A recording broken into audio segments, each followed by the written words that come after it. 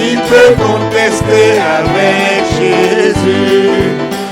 Il est le feu, il est le feu, il est le feu divin. Alléluia, il est le feu, il est le feu divin. Oh, il est le feu, il est le feu, il est le feu divin. Alléluia, il est le feu, il est le feu, il est le feu divin. Oui, il est le feu, Jésus est le feu, il est le feu divin. Alléluia, il est le feu, il est le feu, il est le feu divin. Alléluia. Seigneur Dieu de grâce, nous te bénissons, te rendons toute la gloire. Nous sommes de retour, Seigneur notre Dieu, de nos diverses activités, parce que ta main puissante nous y a conduits, Seigneur, dans nos sorties et entrées. Tu as protégé et gardé, Seigneur notre Dieu, ton peuple, nos familles, nos foyers. Et tu nous as relevés lorsque nous sommes tombés. Tu nous as guéris lorsque nous étions malades. Seigneur, ta main puissante a été avec nous pour nous sortir des dangers. Et ce soir, nous voici rassemblés dans ta présence pour célébrer la louange de ta gloire. Nous te prions de prendre la première place maintenant. Et au travers du canal que tu as choisi ce soir, parle-nous, Seigneur. Oint ta parole dans sa bouche. Purifie ses lèvres, sanctifie sa langue. Utilise-le, Seigneur, notre Dieu, au Père gloire, efficacement et assainis ses pensées. Seigneur, que tout cela soit pour ta gloire et pour l'édification de notre foi. Laisse que ta parole puisse guérir, sauver, pardonner, consoler. Seigneur, et relever ceux qui sont tombés, Seigneur.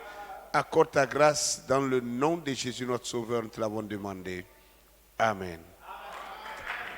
Alléluia. Tu peux saluer quelqu'un à côté de toi. Dis-lui que Dieu te bénisse.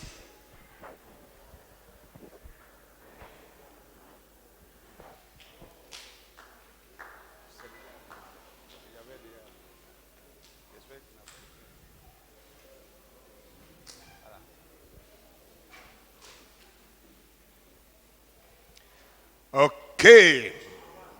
Que Dieu vous bénisse.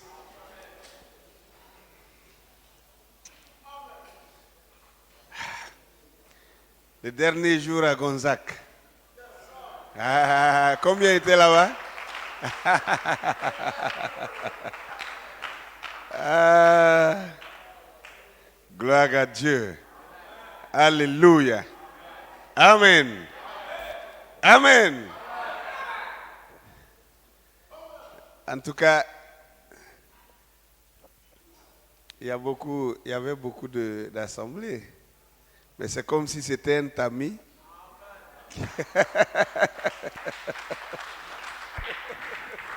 Qui a tamisé. Et les gros grains sont sortis. Alléluia.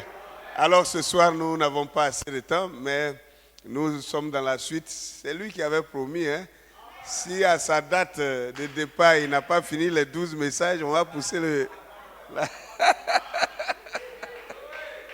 Amen. Alléluia. Parce qu'on ne va pas diminuer les 12 tribus d'Israël. Eh bien, c'est un message pour chaque tribu. Un message pour chaque tribu. Alléluia. Amen.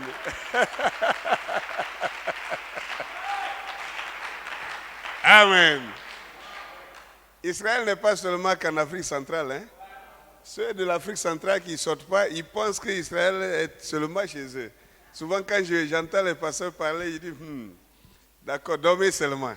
Le jour où vous allez vous réveiller, vous allez voir. Amen. Gloire à Dieu. Les premiers royaumes d'Israël, quand ils ont fui Israël là, où ils se sont installés, où ils ont fait des royaumes même, c'était d'abord en Afrique de l'Ouest. Le royaume du Ghana, qui s'est effrité, qui est devenu royaume de Songhai, etc. Même le Dahomey. Ah, ok. Vraiment, je vais pas, il n'y a pas assez de temps, je ne vais pas lui prendre trop de temps. Alors, qu'est-ce qu'on fait?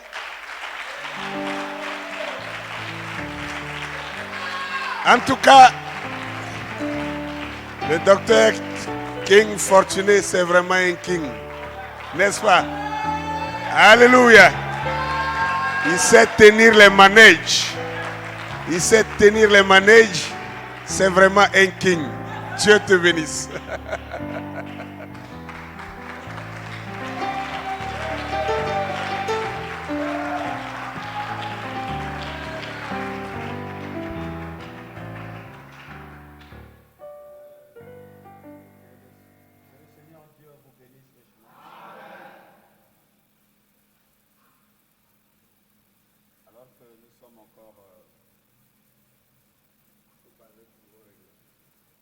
Alors que nous sommes encore debout, je vous prie, nous allons nous incliner devant la présence du Seigneur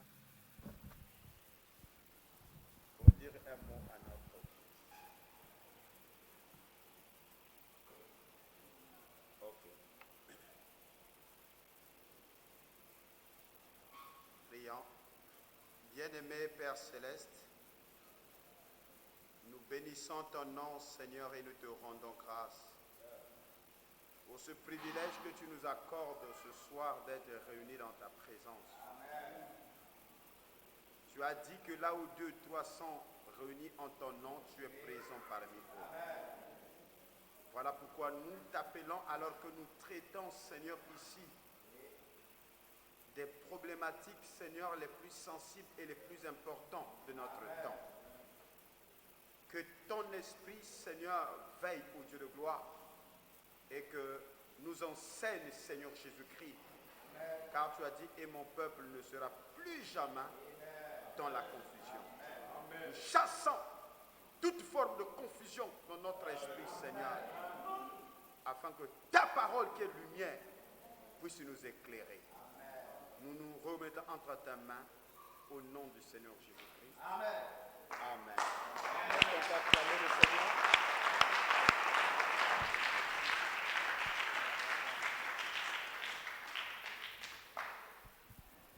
Que le Seigneur Dieu vous bénisse richement. Et je crois que c'est un privilège ce soir d'être à nouveau parmi les saints d'amour fraternel tabernacle.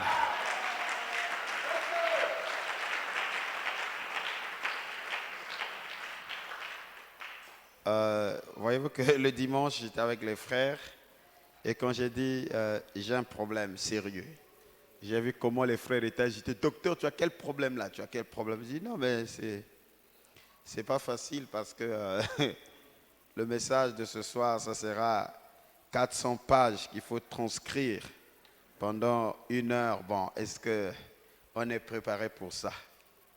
Mais je bénis le Seigneur parce que votre présence a, comme on dit, activé le moteur. Alléluia. Et que le nom du Seigneur soit loué à jamais. Alors, nous sommes en train... Au fait, je ne savais pas que... Je méditais sur les 12 enseignements, mais je n'avais pas fait le lien avec les 12 tribus d'Israël. C'est ce matin, le docteur Ake a ouvert cette page. J'ai dit, mais Dieu est merveilleux dans ce qu'il fait. Acclamons le Seigneur pour toutes choses.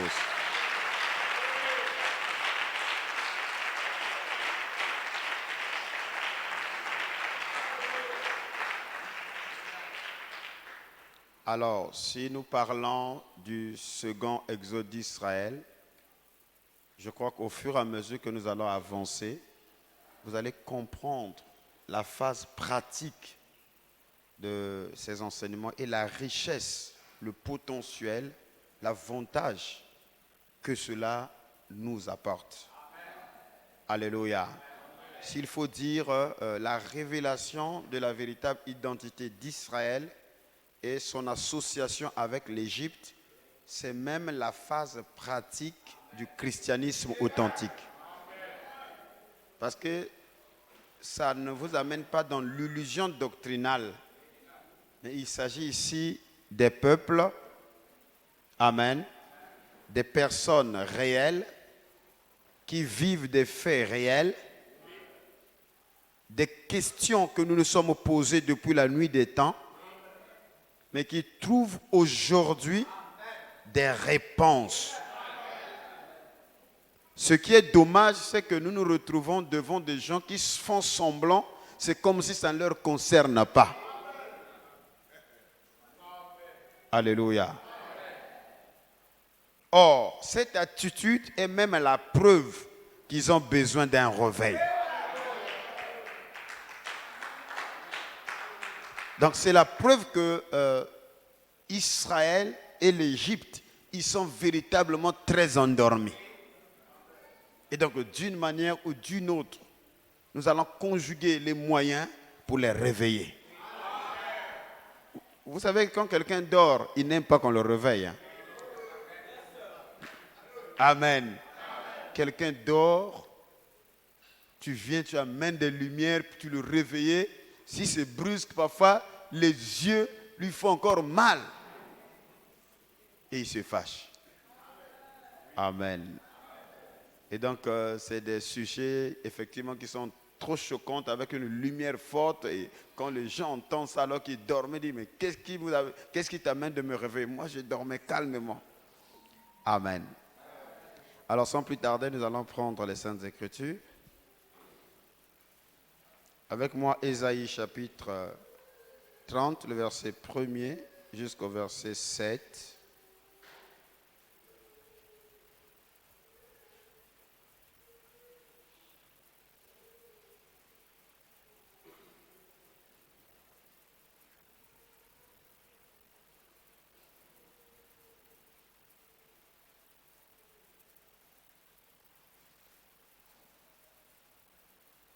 Ésaïe 30, le verset 1 à 7, la Bible dit « Malheur, dit l'Éternel, aux enfants rebelles, qui prennent des résolutions sans moi et qui font des alliances sans ma volonté, pour accumuler péché sur péché. »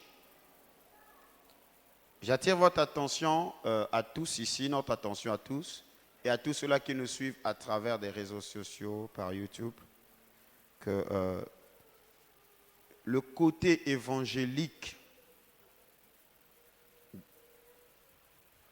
de l'interprétation de la Bible constitue généralement un frein pour avancer dans l'exégèse ou l'étude ou la révélation profonde de la parole. Amen. Parce que cette écriture, les évangélistes, les pentecôtistes l'utilisent, montrant que les enfants rebelles, ce sont ceux-là qui prennent des résolutions sans l'Éternel et qui font alliance sans ma volonté pour accumuler péché sur péché. C'est aussi une vérité. Amen. Mais l'interprétation de cette écriture est plus profonde parce que les alliances, la loi, les prophètes, le culte, les patriarches et même Christ selon la chair appartient à Israël. Donc ça s'adresse d'abord à un peuple, cette réprimande-là. Et ce peuple-là n'a pas disparu de la terre. Ésaïe 11 parle quand Dieu va déployer pour la seconde fois sa main pour racheter le reste de son peuple. Alléluia. Donc ce peuple-là ne disparaîtra pas sur de la terre. Il y a un reste. Et c'est ce reste-là que Dieu va racheter par sa main puissante. Alléluia. Lors du second exode. Et donc, nous ne voulons pas simplement atterrir dans le second exode. Nous voulons étudier quand est-ce qu'ils ont été maudits, quand est-ce qu'ils ont été frappés, quand est-ce qu'ils ont été blessés. Vous êtes avec moi? Voilà pourquoi il nous faut une étude soutenue. Et d'ailleurs, ces enseignements-là ne sont que des armes. C'est toute une armure que Dieu est en train de nous revêtir afin que nous allions en guerre. Ils accumulent péché sur péché, qui descendent en Égypte. Vous voyez que le côté évangélique, quand on dit Égypte, ils disent quoi? Le monde. Qui a fait ça? C'est Satan. Qui descendent en Égypte. Moi, j'ai écrit Afrique, parce que le code Égypte dans la Bible, c'est quoi? C'est l'Afrique. Sans me consulter, pour se réfugier sous la protection de Pharaon et chercher un abri sous l'ombre de l'Égypte. Ou l'ombre de quoi? La protection de Pharaon sera pour vous une honte. Et l'abri sous l'ombre de l'Égypte ou l'Afrique, une ignominie. Déjà ces princes sont à Tsouan et ses envoyés ont atteint Anès. Tous seront confus au sujet d'un peuple qui ne leur sera point utile, ni pour les secourir, ni pour les aider, mais qui fera la honte et leur opprobre. Sentence des bêtes du midi, à travers une contrée de désert et d'angoisse. Cette contrée de désert et d'angoisse, c'est le chemin du midi, le chemin de l'Afrique. Donc c'est Dieu qui est en train de réprimander Juda, Israël, du fait qu'au lieu de se confier au Seigneur, il préfère s'appuyer sur la protection de Pharaon, se cacher sous l'ombrage de l'Égypte. Donc l'Égypte a toujours été le protecteur d'Israël, le protecteur du peuple d'Israël, c'est l'Égypte en matière diplomatique.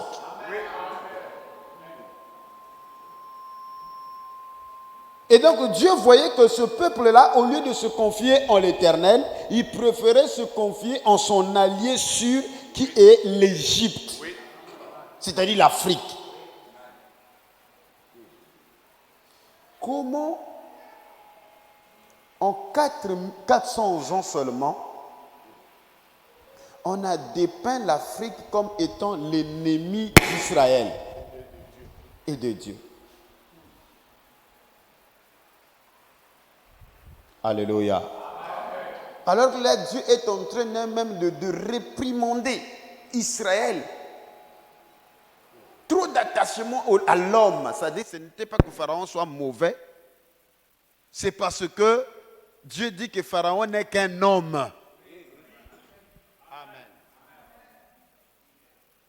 Et donc, eux, ils préfèrent, au lieu de prendre le chemin du ciel, ils préfèrent prendre le chemin, la contrée du midi. D'où viennent la lionne et le lion? La vipère et le dragon volant. Le dragon volant, c'est le phénix. Donc, cette écriture nous montre un indice que les lions ne vivent pas en Palestine. Je crois qu'il y a interférence. Les lions ne vivent pas en Palestine, mais les lions montent en Palestine. Alléluia. Et le chemin pour monter en Palestine, c'est le chemin du midi. Et donc, par ce chemin, c'est d'où viennent le lion, la lionne et le lion, la vipère et le dragon volant. Ils portent à dos d'âne leur richesse et sur la bosse des chameaux leur trésor à un peuple qui ne leur sera point utile. Car le secours de l'Égypte, c'est-à-dire l'Afrique, n'est que vanité et néant. C'est pourquoi j'appelle cela du bruit qui n'aboutit à rien. Je prends une autre écriture. 2 Chroniques chapitre 36, le verset 20 à 21. Nebuchadnezzar amena captifs à Babylone tous ceux qui échappèrent à l'épée, et ils lui furent assujettis à lui et à ses fils jusqu'à la domination du royaume perse, afin que s'accomplisse la parole de l'Éternel prononcée par la bouche de Jérémie, jusqu'à ce que le pays eût joui de ses sabbats. Il se reposa tout le temps qu'il fut dévasté jusqu'à l'accomplissement de 70 ans. Que le Seigneur Dieu bénisse la lecture de sa parole.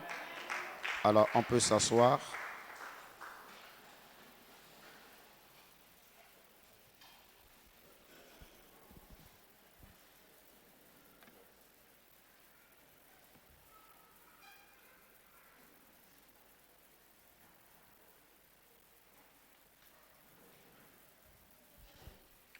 Nous sommes toujours dans notre sujet phare, le second exode d'Israël. Amen. Et s'il y a un second exode pour la maison d'Israël, c'est qu'il y a une deuxième manifestation de la main puissante du Seigneur afin de délivrer son peuple. Ok? Et nous sommes là dans Jérémie chapitre 50, le verset 17 à 18. Là où le Seigneur dit que Israël est une brebis égarée que les lions ont chassée. Et le roi d'Assyrie l'a dévoré en premier, et ce dernier lui a brisé les os. Nebuchadnezzar, roi de Babylone. Alléluia. Et nous avons vu qu'après la mort de Salomon, le royaume d'Israël a été séparé en deux.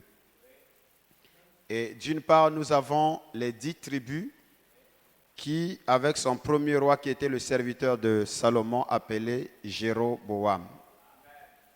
Et la maison de David est restée avec 2 tribus, dont le roi est le fils de Salomon, Roboam.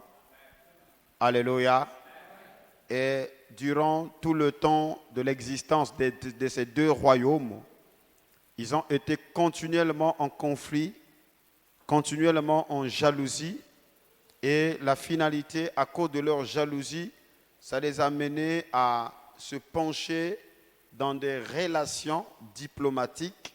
Voilà pourquoi tantôt Israël cherche la protection de la Syrie, alléluia.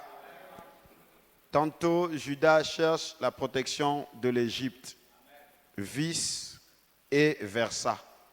Et ce sont ces conflits-là qui provoquera plus tard leur déportation. Amen.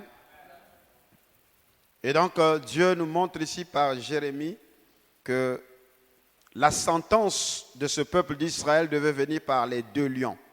Et donc le premier lion qui a déchiré était le lion assyrien, et le deuxième n'était qu'un lionceau, c'est le royaume babylonien avec pour roi Nebuchadnezzar. Alléluia.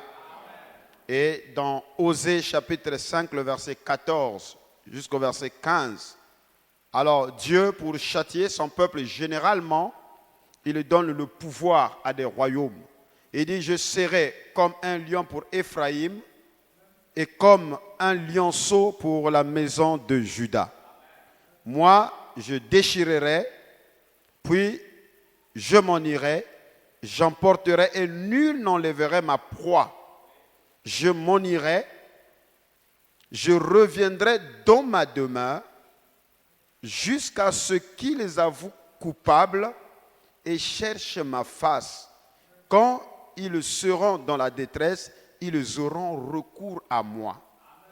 Alléluia. Alléluia. Cette écriture, si nous la comprenons, cela va même changer la perception de notre vie. Parce que je dis que ça s'adresse à des gens qui existent sur la terre. Il y a une race qui est sous ces sentences-là. Il y a une race qui a reçu la mission d'être un réceptacle des oracles divins. Il y a une race qui sont un royaume des sacrificateurs.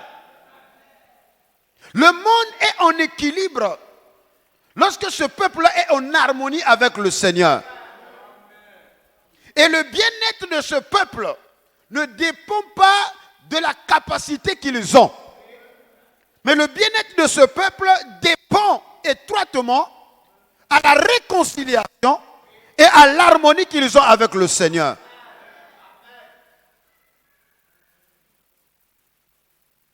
Amen. Et ce peuple-là, c'est le peuple d'Israël. Et Paul dans Romains 9 dit les lois, etc., appartient à Israël.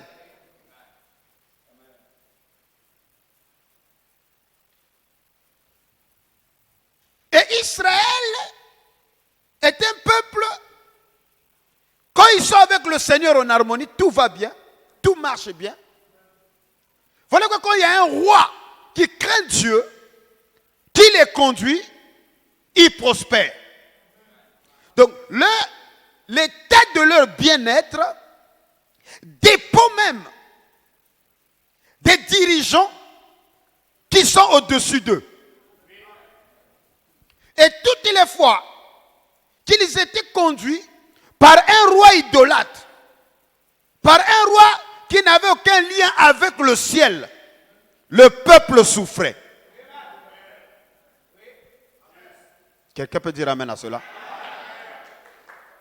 Parce qu'ils sont les gardiens de la demeure de Dieu. Et quand ils pêchent, Dieu sort de sa demeure.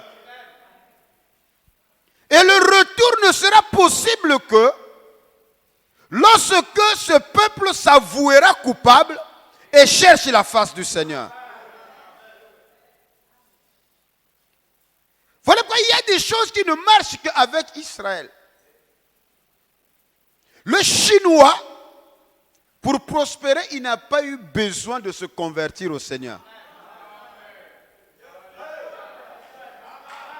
Quelqu'un peut dire Alléluia?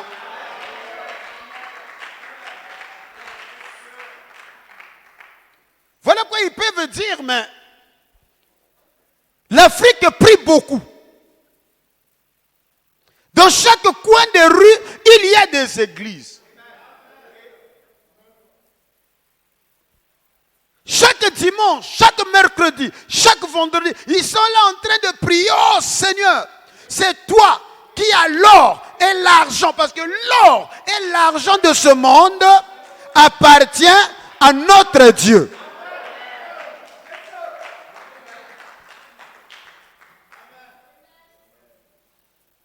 Et cette écriture dans Habakkuk, c'est écrit parce qu'Israël devait reconstruire le temple de Dieu. Et ils n'avaient rien. Et Dieu dit, à cause de cela, je vais remuer les cieux et la terre, la mer et le sec, les nations et toutes les richesses des nations viendront à Israël. Alléluia. Et il dit, à moi l'or et à moi l'argent. La gloire de cette maison sera supérieure à celle qui a précédé. Donc le Dieu d'Israël se révèle à ses enfants lorsqu'ils sont dans sa parfaite volonté que l'or et l'argent appartiennent au Dieu qu'ils adorent.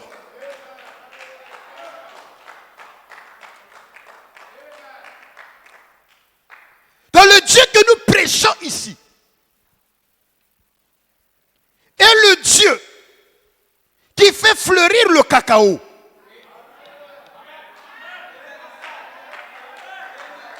Je peux entendre un amen à cela.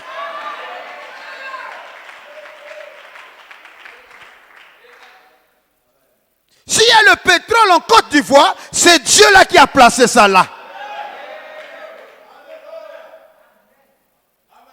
Les mines du royaume du Ghana, c'est Dieu qui les a placées là. Et en tant que fils de Dieu, nous avons le plein droit de profiter de toutes les ressources, de toutes les bénédictions qui sont sur le sol ivoirien. bénédictions-là n'appartiennent pas simplement aux enfants de Ouattara, le président que nous aimons bien, ni aux enfants de Gbagbo, ni aux enfants de Bédié. Tout Ivoirien né, vivant ici, a le plein droit de bénéficier des richesses que Dieu a placées ici.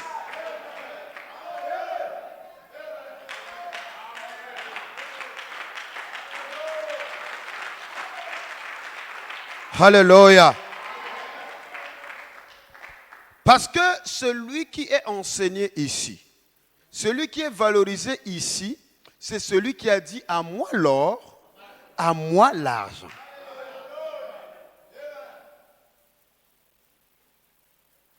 Mais il y a des gens qui disent que pour que toi tu aies l'or et l'argent, il faut faire des sacrifices humains. Alléluia. Ça veut dire que les richesses de la terre ont été envahies par des esprits maléfiques. Et ces esprits maléfiques constituent d'obstacles pour que vous puissiez accéder à la bénédiction que l'Éternel a placée là où vous êtes. Voilà pourquoi dans le livre de Daniel, la Bible dit que l'ange du Seigneur était descendu en Perse parce que Daniel cherchait à comprendre. Et dès le premier jour où Daniel a cherché à comprendre, une parole était sortie. Et l'ange du Seigneur a été envoyé pour libérer cette bénédiction, cette révélation à Daniel. Mais l'ange a été confronté à des entités qu'on appelle le prince de Perse. Alléluia. Et c'est là où le prophète dit dans la demeure future que le diable, Satan, est le prince de la puissance de l'air. Il se tient dans les airs et de là il combat votre bénédiction. Et ce combat dans les airs, il y a des typhons, il y a des tonnerres et tout ça. Et donc si vous n'êtes pas préparé, si vous n'êtes pas enseigné, alléluia, vous aurez beau prier et que Dieu a déjà même envoyé des réponses, mais comme vous n'avez pas de code, vous n'avez pas de clés pour ouvrir, alléluia, vous allez mourir. Vous allez vivre pendant peut-être 70 ans ou plus, un bon chrétien, un bon fils de Dieu, avec le baptême du Saint-Esprit, baptisé d'eau. Alléluia, sauvé. Mais tu vivras dans les frustrations. Amen. Il te manquera tout. Parce que tout simplement, il t'a manqué le code pour aller réclamer ou reprendre ce que Dieu t'a déjà donné.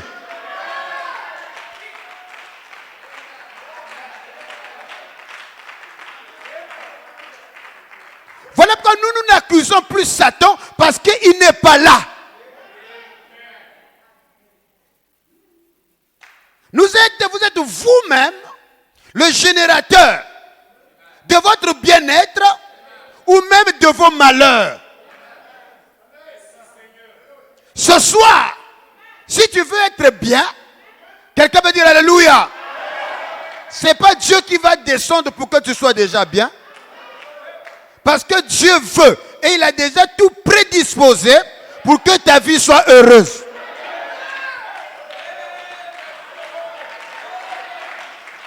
C'est à toi de chercher le code, la clé, alléluia, afin de former le bon numéro pour que la chambre s'ouvre.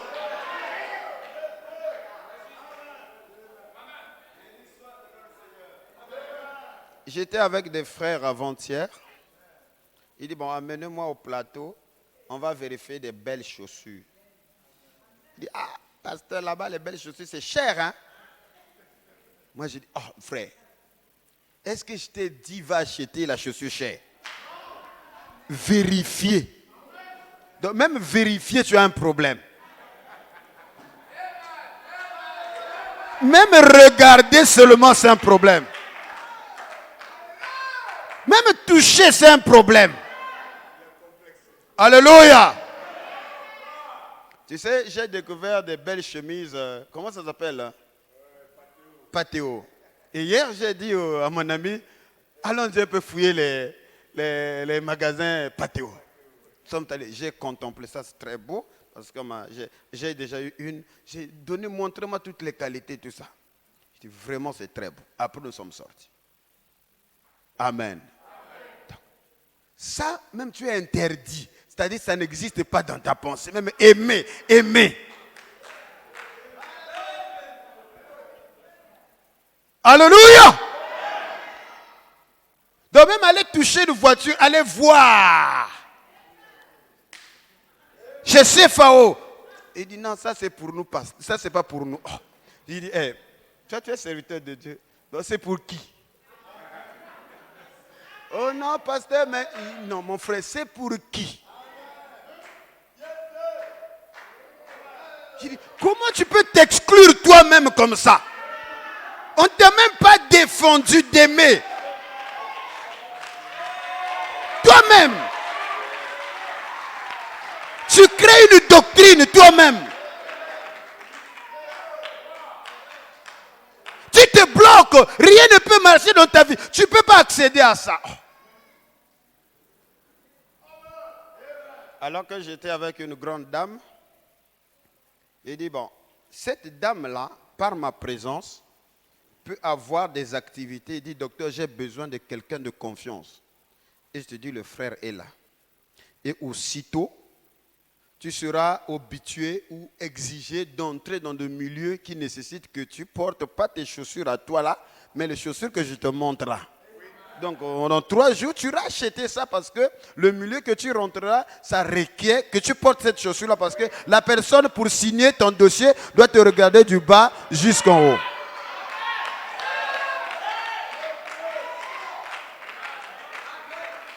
Il dit, comment tu t'exclus? Bon, moi, je dis, tu as créé cette doctrine-là quand? Ça n'existe pas au ciel. Alléluia. Alléluia. Alléluia.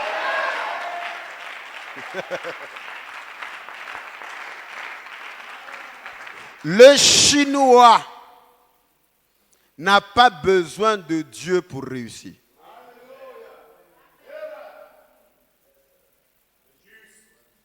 Amen. Quand toi tu dis que ça ne marche pas à Abidjan, quand le Marocain arrive, il va s'en sortir, il va t'embaucher. Le Chinois, il viendrait, il est rentré avec rien du tout, il finira par t'embaucher. Le Libanais finira par t'embaucher. Tu l'as vu venir commencer une boutique dans ton quartier. Pourquoi chez lui, sans Dieu, ça marche?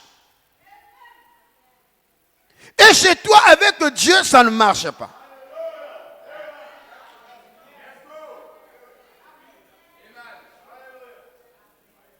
Amen. Tout le monde se pose ce genre de questions. Et on est resté pendant des décennies sans réponse. Donc on dit non, c'est la malédiction de Cam.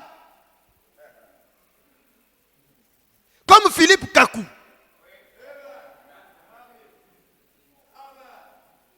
Alléluia. Après on essaie de démontrer non, c'est la malédiction de Canaan. Mais Canaan a produit des élites, des puissants rois, plus conquérants que même David. Ah, ça vous étonne? Vous avez entendu parler d'Hannibal? Hannibal est phénicien. Et les Phéniciens sont des Cananéens, Tyr et Sidon.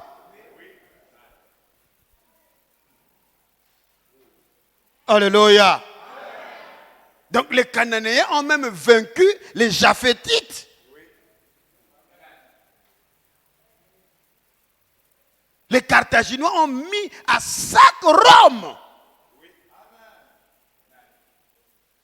Les morts des savants, des hauts savants, connaissant les lois de la navigation, le zodiaque, c'était leur affaire. Des grands colons pendant des décennies. L'Afrique n'a été colonisée que ça fait 4 siècles seulement. Quelqu'un peut dire Alléluia. Pourquoi alors ça ne marche pas? Où est le problème? Ce n'est même pas le problème des Cananéens. Parce que lorsque nous avons fouillé dans l'histoire, ces gars-là qu'on dit ils sont maudits, mais c'est des super génies.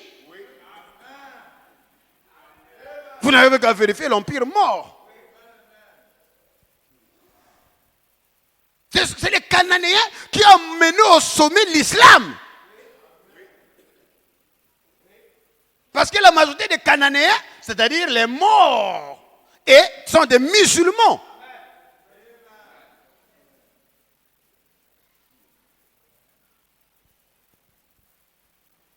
Mais qu'est-ce qui se passe en Afrique?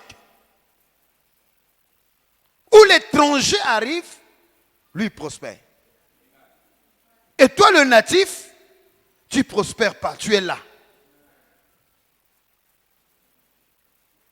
Alléluia. Alléluia. Alléluia. Et à l'église, on prêche bénédiction. Bénédiction. Soyez bénis, recevez. Mais on va recevoir comment? On reçoit comment? Parce que si ça fonctionnait, on aurait déjà reçu beaucoup. Le problème est ailleurs. Et c'est ce problème sérieux qu'on est en train de traiter sur le réveil de la reine du Midi.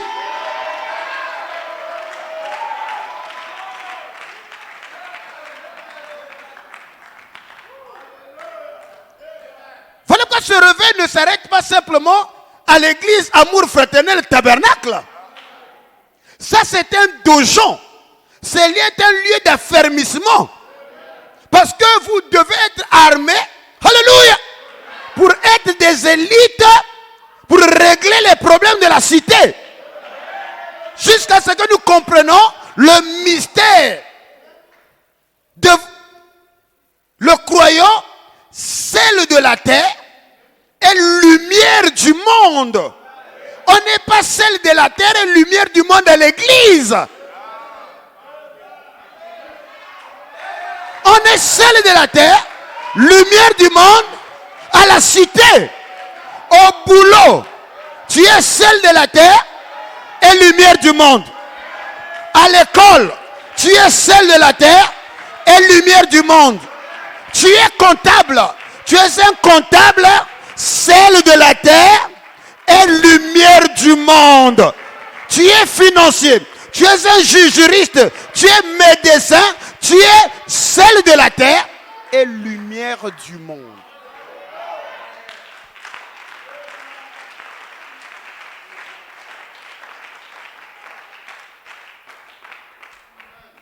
Oh, c'est tellement bénissant. Mais pour que Dieu revienne dans sa demeure, il faut que le peuple blessé puisse s'avouer coupable et chercher la face de l'Éternel. Quand ils seront dans la détresse, c'est là qu'ils auront recours à moi. Et ce qui est problème ici, c'est que les gens sont dans la détresse. On vient leur montrer quelle est la solution pour sortir de cette détresse. Ils ne veulent pas. Ils font semblant, c'est comme si ça marche. Mais ça ne marche pas.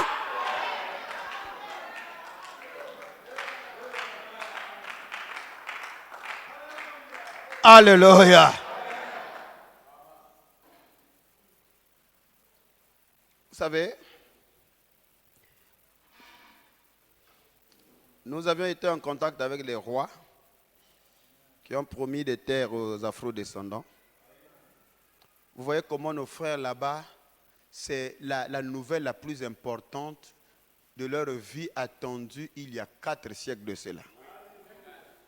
Quelqu'un peut dire Amen? Maintenant, les frères de l'église, qu'est-ce qu'ils disent? Docteur Ake et Docteur King, ils travaillent maintenant avec des rois.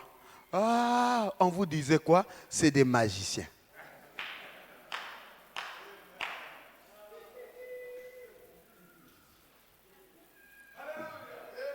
Vous voyez le contraste? Bon. Mais le dimanche, ils vont invoquer le Seigneur Jésus-Christ, toi le roi des rois. Oh. Mais comment Jésus va être le roi des rois s'il n'y a pas de roi?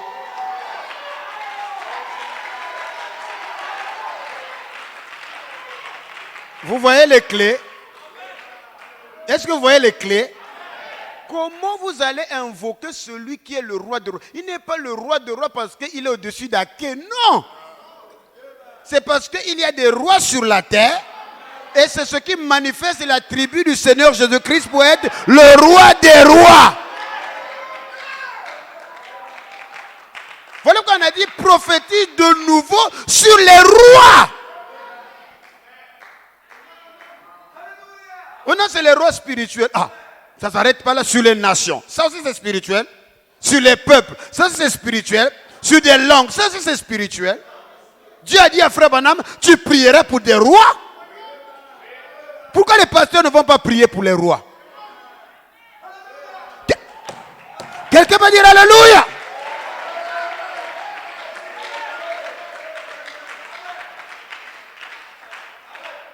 Vous voyez comment les églises détruisent la vie des gens.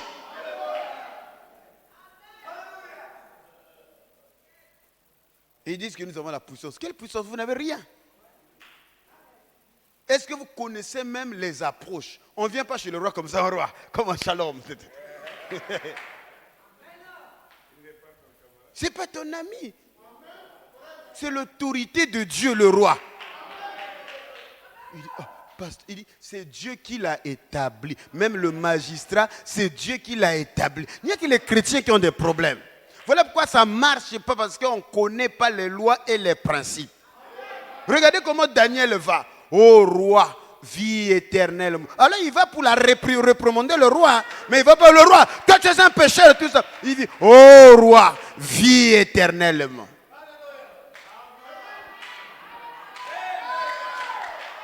Quelqu'un dit Alléluia. Et lui quand il va chez le roi, il dit, moi je ne peux pas faire ça. Parce que Ah, mon frère. Paul dit prier pour les rois, les autorités, que Dieu leur donne de la sagesse pour que nous puissions mener une vie paisible. Donc quand un bon roi conduit Israël, il y a des répercussions positives dans le bien-être d'Israël, du peuple.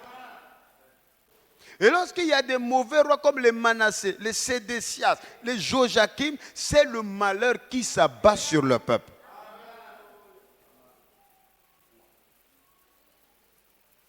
Voilà pourquoi les Européens ont compris où se trouve Israël. Il fallait les coloniser et amener l'idolâtrie, c'est-à-dire les loges européennes, pour impliquer la majorité des dirigeants africains. Parce qu'aussi longtemps qu'ils seront dans ces loges-là, comme ils sont Israël, quelqu'un peut dire Alléluia, les lois des malheurs d'Israël vont se répercuter sur le peuple. Voilà quoi tu fais, ça ne marche pas. Tu cherches le problème, ça y est où? Le problème est plus grave que vous ne le pensez.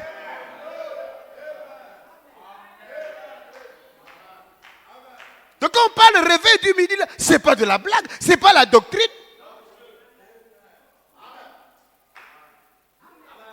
la solution pour amener l'Afrique à sortir de son état. Voilà pourquoi les autorités doivent écouter ce que nous enseignons. Les présidents doivent écouter ça. Les magistrats doivent écouter ça. Des financiers doivent écouter ça. Alléluia.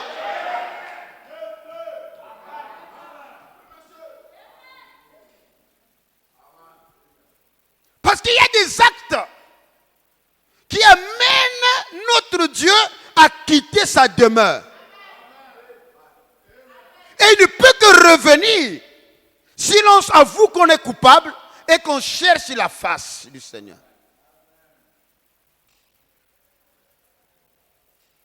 Si mon peuple sur qui mon nom est invoqué s'humilie. Cette écriture, ce n'est pas pour l'église. C'est pour un peuple. Quelqu'un peut dire Alléluia.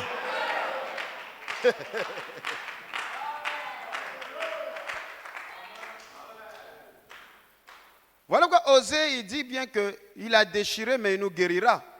Il a frappé, mais il bondera nos plaies. Il nous rendra la vie dans 2 jours. Le 3e jour, il nous relèvera et nous vivrons devant lui. Quelqu'un peut dire amen à cela? Quelqu'un peut dire amen? J'entends les gens, non, la Bible dit que Israël naîtra en 1 jour. Ça c'est quoi? Ça c'est un dessin animé au comment? Un jour de 24 heures. Et puis une nation naît. Mais ce jour-là, c'est le 3e jour. C'est un millénaire. Alléluia.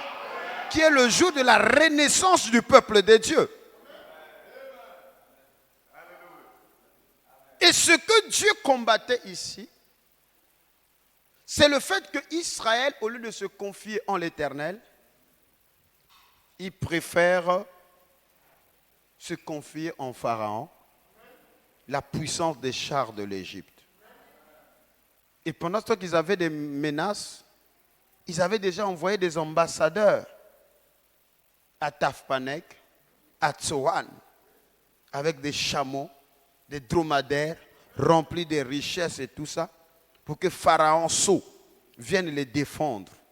Quelqu'un peut dire amen à cela? Mais Jérémie les disait, confiez-vous en l'Éternel. Et il se confiait en Pharaon. Donc c'est un gros mensonge de mettre Israël en conflit avec l'Égypte.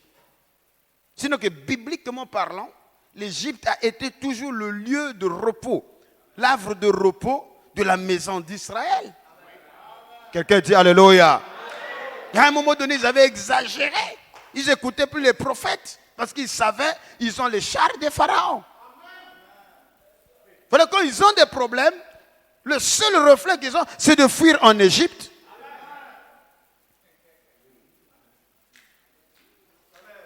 Dans Actes, je crois, 21, Paul est confondu à qui? À un Égyptien. Mais cet Égyptien-là, il était qui? Eux, ils l'appelaient un brigand. Mais c'était qu'un sauveur des âmes.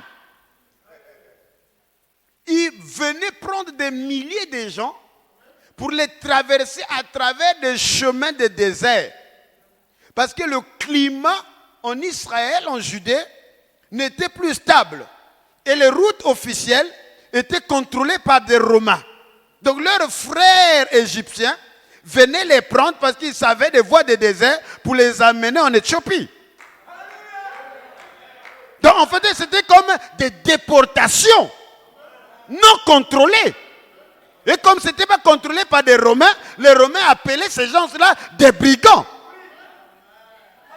Mais ils n'étaient pas des brigands pour ceux-là qui voulaient aller en Égypte.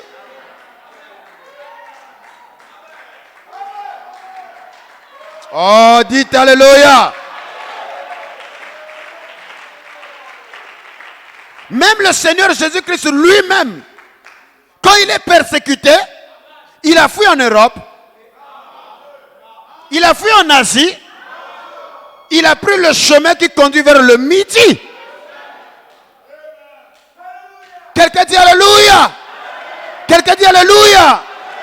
Si Marie était blanche et que Joseph était blanc, avec un enfant blanc, on allait vite les attraper.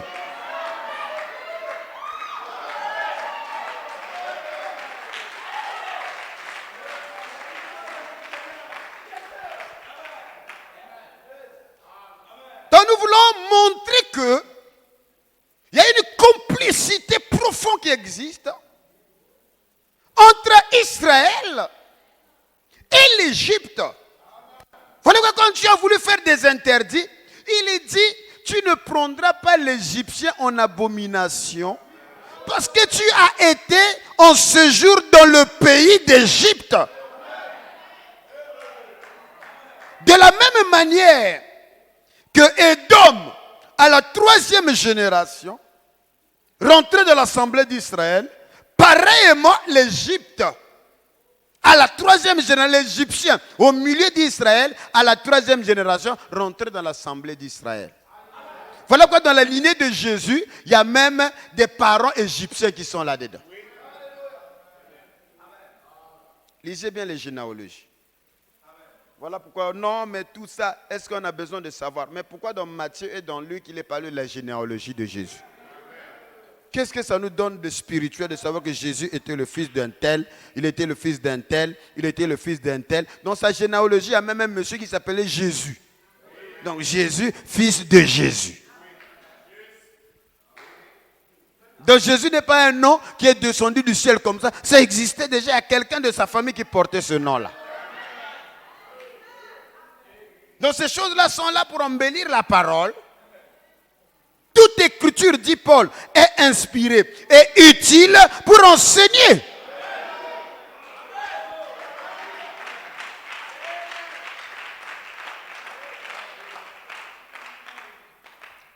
Alors nous avons vu que le royaume d'Israël, à cause de l'idolâtrie, du péché, a été amené en captivité par des Assyriens. Amen. Et selon 2 Rois, chapitre 17, le verset 6, la Bible dit que la 9e année du roi Osée, le roi d'Assyrie prit Samarie et emmena Israël captif en Assyrie.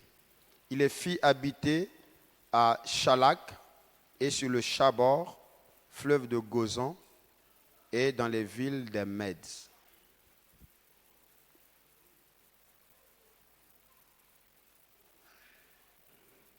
Amen. Nous avions compris par là que dans les annales assyriennes, ce n'est pas tout Israël qui était parti, parce que lors des déportations, on ne venait pas déporter tout le pays. Il y avait 27 990 Israélites, c'est-à-dire les cadres, les hommes utiles, les gens qui pouvaient constituer de danger. Ce sont ceux-là qu'on a amenés de l'autre côté, chez les Mèdes, et de l'autre côté, la rivière, le fleuve Tigre, pour les placer là-bas. Et d'autres ont été même incorporés dans l'armée assyrienne. Donc lorsqu'on parle d'Israël déporté en Assyrie, ce n'est pas tout Israël. Parce qu'ils étaient des milliers. Alléluia! C'était juste une partie. Et nous avons évolué et Dieu nous a montré par les Saintes Écritures qu'ils ne resteront pas dans le pays de l'Éternel parce qu'Éphraïm repartira en Égypte. Alléluia. Et donc l'Égypte a pour côte de l'Afrique. Donc le reste là qui était resté, parce que c'était des milliers, ils sont descendus où? En Afrique. Et voilà pourquoi le roi assyrien, voyant que la terre d'Israël était devenue vide, il a pris d'autres peuples, d'autres nègres qu'il est venu placer dans le territoire qui était habité par la maison d'Israël. Et ces gens-là, ce sont ceux-là qu'on appelle les Samaritains. Alléluia! Donc les Samaritains sont un peuple de substitution. Mais entre-temps, la maison d'Israël, les 10 tribus, ils avaient fui en Afrique, selon la Bible. D'abord. Amen. 2 Rois chapitre 17, le verset 22 à 24. Les enfants d'Israël s'étaient livrés à tout le péché que Jéroboam avait commis. Ils ne s'en détournaient point jusqu'à ce que l'Éternel eût chassé Israël loin de sa face, comme il avait annoncé par tous ses serviteurs les prophètes. Et Israël a été emmené captif loin de son pays en Assyrie, où il est resté jusqu'à ce jour. Amen. Jusqu'à ce jour. Donc Israël qui est amené en Assyrie est resté captif jusqu'à ce jour. Ce sont ces 27 290 Israélites. Ce n'est pas toute la maison d'Israël. On est d'accord? Mais la plus grande partie, ils étaient descendus où? En Afrique. Parce qu'ils ne resteront pas dans le pays de l'Égypte. Éphraïm retournera en Afrique ou en Égypte. Il dit, les voilà, ils fuient en Égypte à cause de la désolation. Moph les accueillera et Pharaon les donnera des sépulcres et Memphis les accueillera. Alléluia.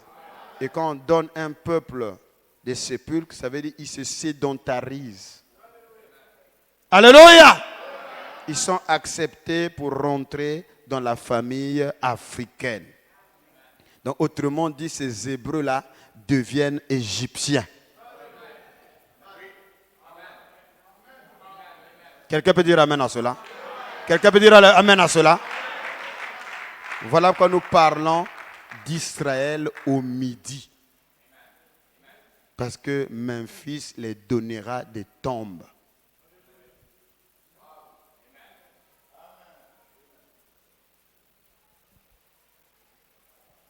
Et donc là, nous voyons déjà que la maison d'Israël va, dévorée par le premier lion. Ils ont pris 2 antipodes. Il y a une partie qui est allée en Asie, déportée dans le pays des Mèdes, vers Babylone. Mais la plus grande partie d'Israël, ils sont descendus au midi. C'est-à-dire, ils sont descendus en Afrique et ils se sont mêlés, comme toujours, aux Africains. Quelqu'un dit Alléluia. Voilà quoi, beaucoup parmi nous ici ont des ascendances hébraïques, sans même que vous le sachiez.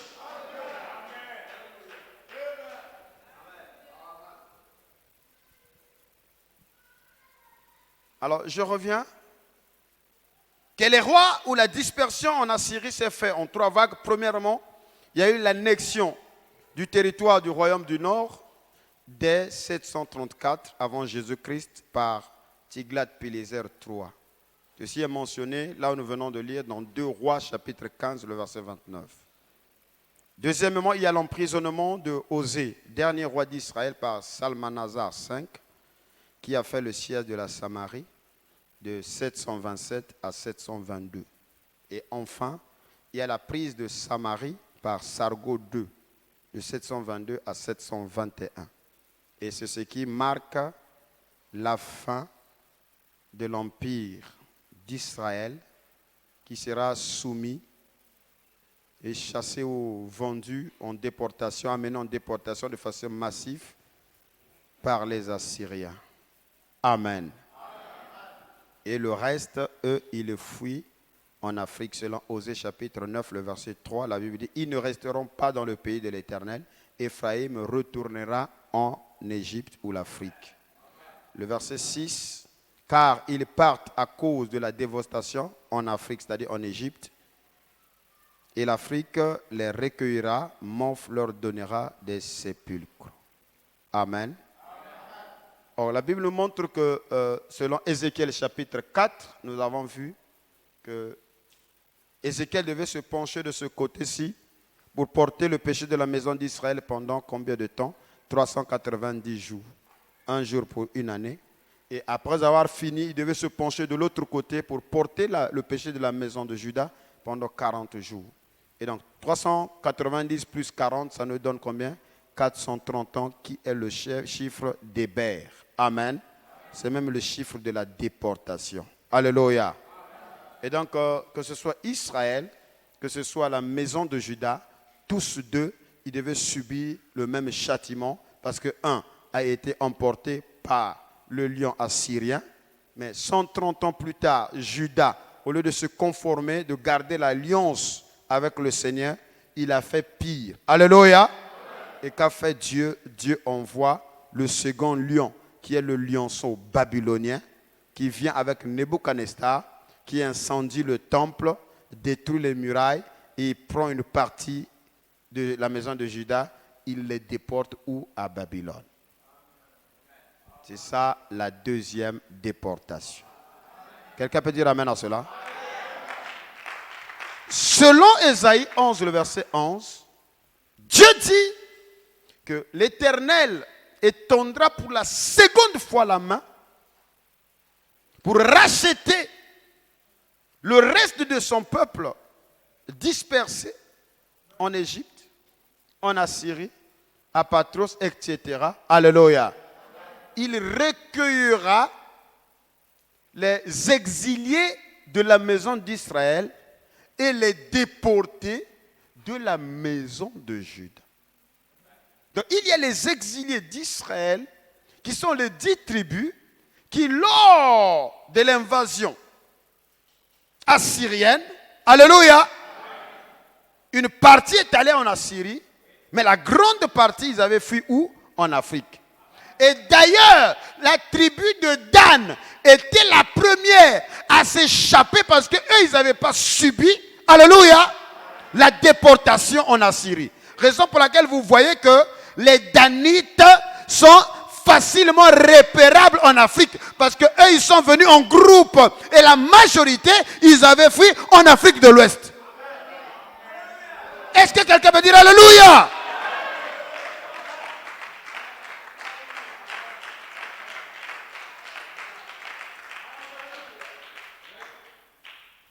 Alors que, selon le mystère des scellements des 144 000, la tribu d'Éphraïm et de Dan a été remplacée par Lévi et Joseph. Ce qui revient à dire, les Danites ou les Yacouba n'entrent pas dans la configuration des 144 000. Maintenant, quel est le protocole qu'il faut utiliser pour aller convertir ce peuple? Je ne sais pas si quelqu'un est en train de me suivre. Alors, aller évangéliser les Danites, ce n'est pas des palabres. Il y a tout un protocole qui est un protocole hébreu, qui est un protocole israélite. Il faut leur montrer qui ils sont, qu'est-ce qu'ils ont fait pour qu'ils se retrouvent à là où ils sont. Parce qu'aussi longtemps qu'ils resteront avec les idoles de Baal, d'Astarté, alléluia, le vaudou, leur malheur continuera. Est-ce que quelqu'un peut dire alléluia?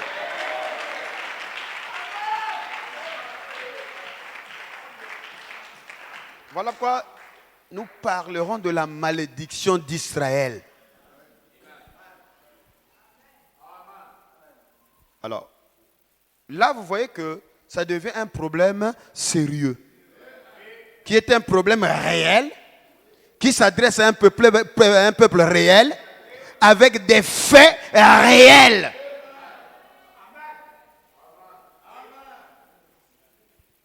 Quelqu'un dit alléluia.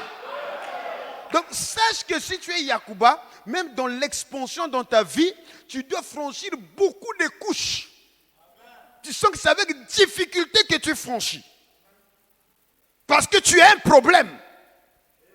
Mais qui va te sortir dans ce carcan-là? Même le baptême du Saint-Esprit ne marche pas. Quelqu'un va dire, ah. La Bible dit que malgré que Élie est venu, Israël ne s'est jamais détaché du péché de Jéroboam. Même Jéhou, qui est venu exterminer les prophètes des Baal, mais lui-même était attaché au péché de Jéroboam.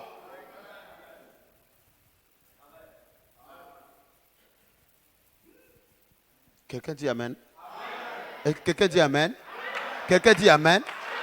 Daniel, à Babylone, il a commencé l'intercession pour briser les alliances et les péchés commis par ses aïeux. Alléluia. Et ce sont les prières de Daniel qui ont préparé la voie pour la messianité. Mais les 10 tribus, jusqu'à présent, il n'y a jamais eu de réconciliation. Donc l'affaire Israël est multisectorielle. Il y a plusieurs couches de niveau de malédiction. Parce qu'il y a des gens qui sont les descendants des gens qui ont crucifié Jésus à la croix. Ils existent. Ils sont ici. Et peut-être dans cette salle, il y en a aussi. Quelqu'un peut dire Alléluia. Parce qu'après la dispersion en l'an 500, la majorité des Juifs, ils ont fui ici. La majorité des Judéens, ils ont fui en Afrique de l'Ouest.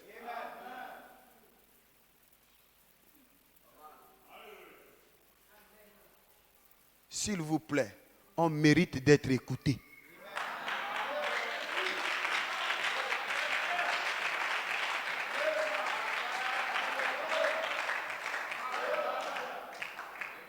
Voilà que c'est audacieux de dire que ce que vous écoutez, Jésus n'a même pas abordé ça. Parce que c'était quelque chose qu'il devait prêcher selon le temps marqué par le Père. Quelqu'un peut dire amen à cela?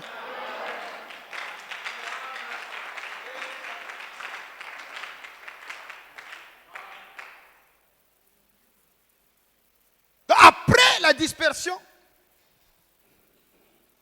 d'Israël en Assyrie, la plus grande partie est en Afrique. Donc déjà bibliquement, voilà, on ne peut pas attaquer les enseignements que nous disposons parce que ce sont des enseignements assis profondément sur la Bible. Quelqu'un peut dire amen à cela? Parce qu'il faut être un anti-biblique. Bon, si 10 tribus, tout un royaume vient en Afrique, et nous démontrerons avec des cartes les jours à venir où est-ce qu'ils se sont établis. Quelqu'un dit amen? Nous allons citer même les tribus, les races comme les Yoruba. Nous montrerons les origines, les lignes qu'ils ont suivies depuis la Syrie jusqu'ici.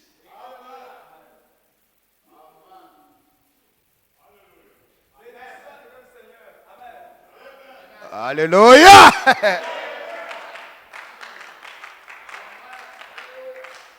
Comment régler les problèmes de ces gens-là? Parce que parmi ces juifs-là, il y a ceux-là qui ont tué Jésus, il y a ceux-là qui n'étaient même pas là. Donc ils n'ont pas les mêmes problèmes.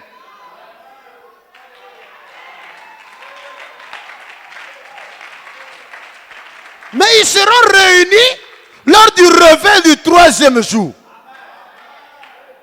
Parce que Dieu va réunir les exilés de la maison d'Israël et les déportés de Juda.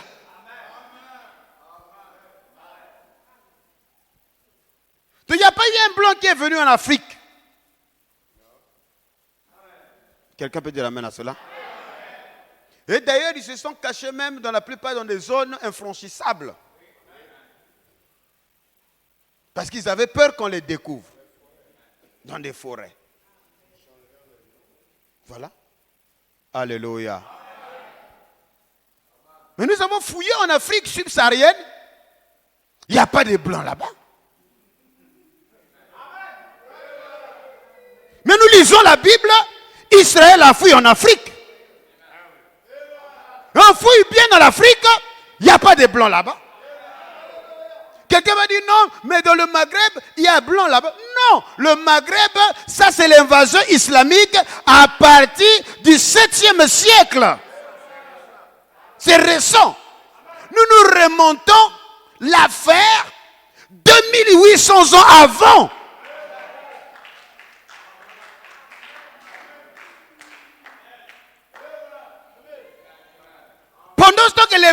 vivaient encore sous des taudis, dans des steppes là-bas. Quelqu'un peut dire Alléluia.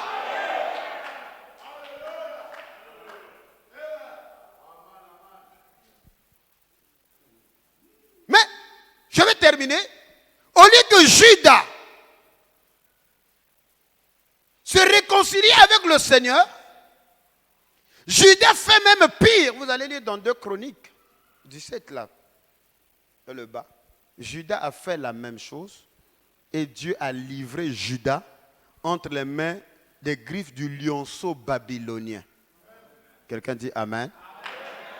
Et donc même la déportation à Babylone s'est faite aussi en 3 vagues. Premièrement, la première vague en 606 avant Jésus-Christ, c'est la déportation des princes dont Daniel fait partie et ses amis, sous le règne du roi Joachim. Vous trouverez cela dans 2 Chroniques chapitre 36, le verset 6 à 7, 2 Rois 24, le verset 1 à 4, Daniel 1, le verset 1. Il y a souvent des gens que je vois filmer et tout ça. Je crois que mes notes, les notes se trouvent chez les techniciens. Vous pouvez avoir ces notes-là et puis les imprimer pour que les gens aient des dates et tout ça. Alléluia. Comme nous sommes, vous devez être armés. Parce que la vraie guerre commence. Le vrai christianisme commence maintenant. La vraie évangélisation commence. C'est pratique. Quelqu'un peut dire Alléluia. Voilà. Quand tu parles de ces choses, même si quelqu'un passait, il s'arrête. Amen. Amen. Amen. Même si c'est ton chef, tu lui parles de ça, à chaque temps de pause, il va commencer à t'inviter. Viens un peu me parler de cette affaire-là. La deuxième vague de déportation d'Israël, Juda à Babylone, c'est en 597 avant Jésus-Christ. C'est la déportation de 10 000 cadres politiciens, militaires, techniques et religieux, dont Ézéchiel fait partie. Ceci, c'est sous le roi Joachim. C'est dans 2 Rois chapitre 24, le verset 10 à 16. Enfin, la troisième vague, c'est en 586 avant Jésus-Christ, qui marque la destruction du temple. Et Jérusalem est incendiée. C'est la fin du royaume davidique sous le règne de Sédécias. Donc, le temple n'a jamais été détruit en 606. En 606, c'est Nebuchadnezzar qui vient pour imposer un tribut au royaume de Juda. Quelqu'un peut dire amen à cela? Et le royaume se révolte. Voilà pourquoi il va tisser les alliances avec l'Égypte pour faire ce qu'on appelle le jeu du politique. Et c'est cette alliance que Ésaïe est en train de dénoncer. Il le vend à dos d'âne sur la voie qui conduit vers le midi, d'où sort le lion et la lionne. Amen. Maintenant, Dieu a donné à partir de cet instant le pouvoir au roi babylonien. C'est là où commence le commencement des règnes des nations. C'est-à-dire, le temple n'est plus et Dieu quitte sa demeure. Et il ne sera que de retour lorsque le peuple s'avouera coupable. Alléluia! Lorsqu'ils vont chercher sa face. Cela est connecté directement avec les paroles de Salomon. Si mon peuple, sur qui mon nom est invoqué, ce peuple-là, ce n'est pas l'Amérique. Il s'agit ici du peuple d'Israël. Quand ils vont comprendre qu'ils ont péché, parce que c'est le péché qui fait sortir Dieu de sa demeure. Et quand Dieu sort de sa demeure, votre vie sera agitée. Alléluia. Et la seule façon pour vous de revenir en puissance, il faudrait une réconciliation avec le Seigneur. Voilà que le réveil du midi, c'est l'évangile ou le protocole approprié pour prêcher la parole de Dieu aux autorités.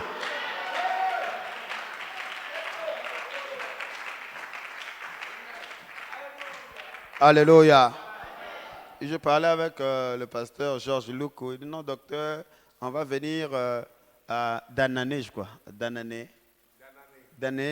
chez les Danites. Je finis l'église, je vais arranger l'église et tout ça. J'ai dit, oh, moi, chez les Juifs, aller prêcher à l'église, non. Ce n'est pas de la blague, pasteur. Ça doit se préparer. On doit faire une mobilisation. On ne doit pas toucher la Côte d'Ivoire. Toucher les autorités. Passer dans des télévisions. Ça sert des grandes campagnes pour démontrer d'où vous êtes. Quelqu'un dit Alléluia. Et montrez votre rôle dans le réveil aujourd'hui. Quelqu'un peut dire Alléluia. Montrez pourquoi vous êtes le peuple, le pays des éléphants.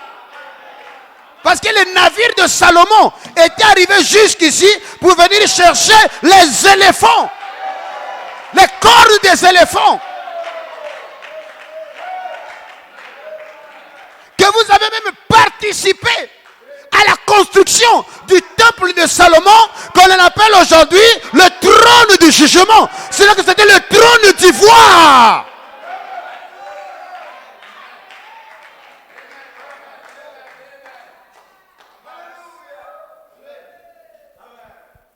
Donc les Hébreux ne partaient pas n'importe où. Ils repartaient là où ils étaient déjà.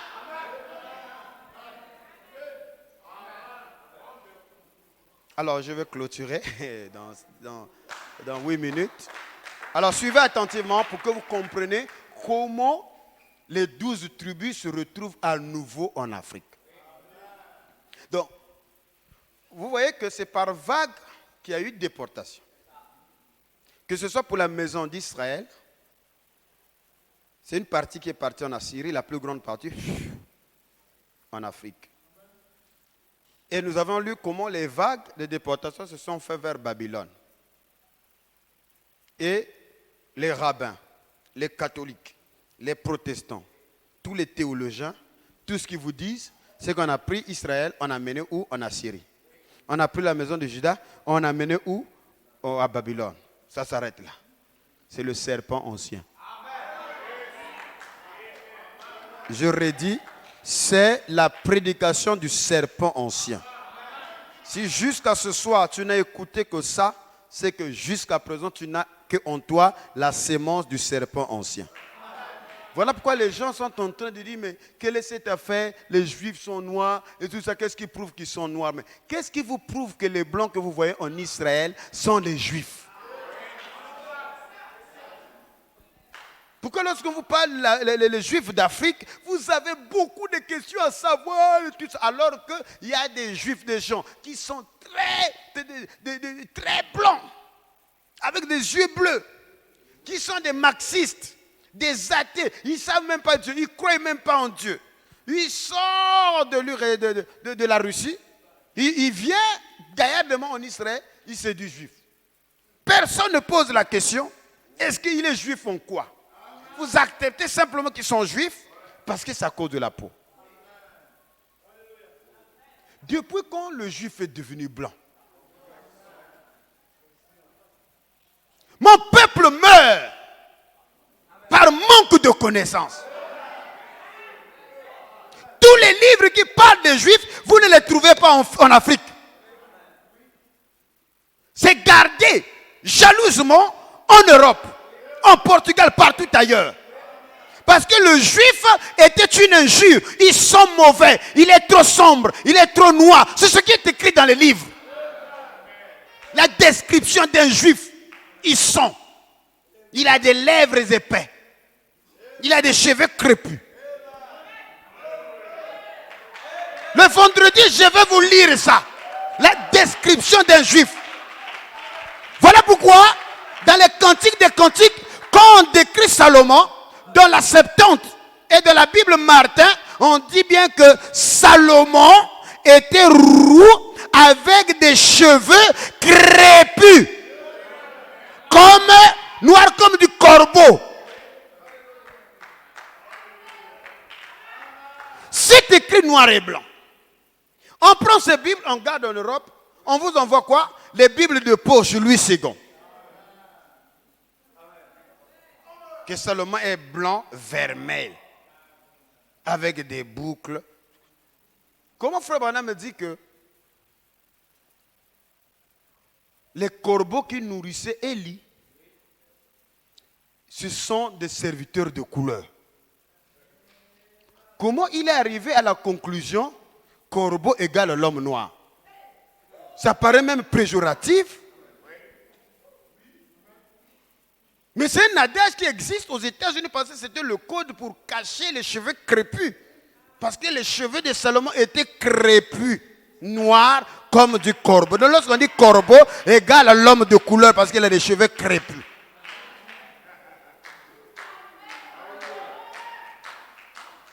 Depuis quand un juif est devenu blanc?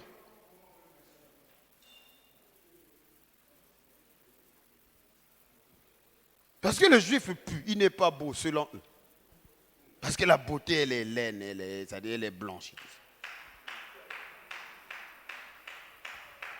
Quelqu'un peut dire amen à cela? Mais pourquoi les juifs noirs expulsés de l'Espagne ne sont pas montés en Europe? Bon, si je rentre là, on ne va pas terminer. Quelqu'un peut dire amen à cela? Vous voyez que les gens... Oh non, c'est pas possible.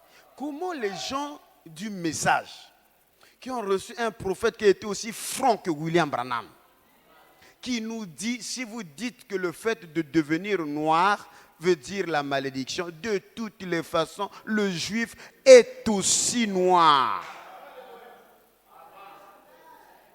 Quand Frère Branham me dit ça, il n'y a pas de juifs noirs en Palestine. Il n'y a pas de juifs noirs en Europe. Il a eu ça où? Il connaissait. Les manuscrits sont clairs. Que le juif est noir. Parce que c'était une question sensible parlant du racisme qui sortait de l'église. Et Frère Branham était obligé de faire sortir une réponse qu'on ne devait pas dire parce que c'était même dangereux de dire des choses comme ça. C'est facile de dire ces choses aujourd'hui. Mais Frère Branham prêche son message dans les années 54. On est en pleine ségrégation raciale. Ou même à la NASA. Les intellectuels noirs ne peuvent pas aller uriner dans les toilettes des blancs. Quelqu'un peut dire alléluia. Et Branham dit que de toutes les façons, le juif est aussi noir. Mais c'est grave. Et il dit ça où? Dans le Branham Tabernacle. Il n'y avait pas de noirs là-bas. C'était des blancs. Et où est-ce qu'ils ont eu cette doctrine-là? On les a enseignés ça chez eux. Les conclusions et tout autre, tout ça. Et les gens disent que Frère Branham était raciste. Un raciste peut dire des choses comme ça. Vous êtes en train d'ignorer en quelle période il dit ça? 1954. Il n'y a pas encore les réformes apportées par Luther King à partir de 63. Nous sommes en 1954. Le juif est aussi noir.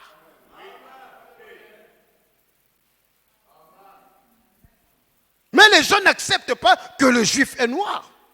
Il dit, allez chez les juifs. Vous direz que les juifs sont bruns. Mais allez là, c'est où? On va en Israël. Il n'y a que les Nathanaël qui sont là-bas, les Golda Amer qui étaient là-bas. Les Moshe Dayan, c'est des blancs. Ils sortent d'où? Ils sortent de l'Europe de l'Est. Quelqu'un dit alléluia. Donc, bibliquement parlant, les Hébreux viennent en Afrique. Et il n'y a pas blanc en Afrique. On connaît quand est-ce, le jour même où les blancs sont arrivés en Afrique, on connaît. Maintenant, qu'est-ce qui se passe maintenant avec la maison de Judas? Parce que on va détruire la sémence du serpent par l'épée de la parole. La parole du midi. Déjà, c'est clair. Est-ce qu'on est d'accord que les 10 tribus sont venues en Afrique? Le problème des 20 et quelques mille personnes qui sont allées en Assyrie, on va régler ça le vendredi. Mais on voit déjà les 10 là, 10 tribus, la plus grande partie, ils ont fait en Afrique. Et Pharaon les a accueillis, on les a donné des tombes, ils deviennent pour eux africains. Voilà pourquoi la Bible dit, Éphraïm se mêle au peuple Quelqu'un peut dire Alléluia? Oh non, mais s'ils sont juifs, pourquoi ils mangent les chiens, ils mangent les chats, ils mangent le porc? Oh, mais c'est ça même la preuve que c'est eux. Parce qu'ils vont se déculturer. Parce qu'ils vont manger en Assyrie des aliments impurs. Alors écoutez, lorsque Nebuchadnezzar s'en va, il laisse, je crois, Nabuzaradan, qui était son général d'armée, et Nebuzaradan place un juif, alléluia, avec quelques militaires chaldéens, c'est-à-dire babyloniens, pour mettre de l'ordre dans le pays. Voilà pourquoi vous verrez qu'on n'amène pas tout le monde. On prend les gens qui peuvent faire la résistance. Quelqu'un peut dire amen à cela? Pour arrêter le réveil du midi, on ne va pas prendre l'église. On va prendre le docteur Ake, docteur King, Guesson, tous ceux-là qui savent comment manipuler cette affaire. Quelqu'un peut dire alléluia. Après, les autres là, revenez prêcher seulement la parole simple. Parce que les leaders, les têtes, on les prend, on les déplace. Ça s'appelle la décapitation. Frappe le berger pour que le troupeau puisse se disperser. Maintenant, dans 2 Rois chapitre 25, le verset 25 à 26, la Bible dit, mais au 7e mois, Ismaël, fils de Nathania, fils d'Elishama, de la race royale, vint, accompagné de 10 hommes, et ils frappèrent mortellement Guédélia. Donc, Guédélia, c'était le pion des Babyloniens. Vous êtes avec moi? Donc là, il y a un fils de la lignée royale qui prend 10 personnes qui vient tuer Guédélia. Vous savez ce que ça veut dire? Que vous avez brisé, vous avez provoqué les Chaldéens. Ça veut dire, vous dites à Nebuchadnezzar, reviens. Ainsi que les Juifs et les Chaldéens qui étaient avec lui à Mitzpah. Alors tout le peuple, depuis le plus petit jusqu'au plus grand, et les chefs des troupes se levèrent et s'en allèrent en Égypte parce qu'ils avaient peur des Chaldéens. Ils allaient où? En Égypte. Ils ont rejoint les 10 tribus qui avaient déjà fui en Afrique.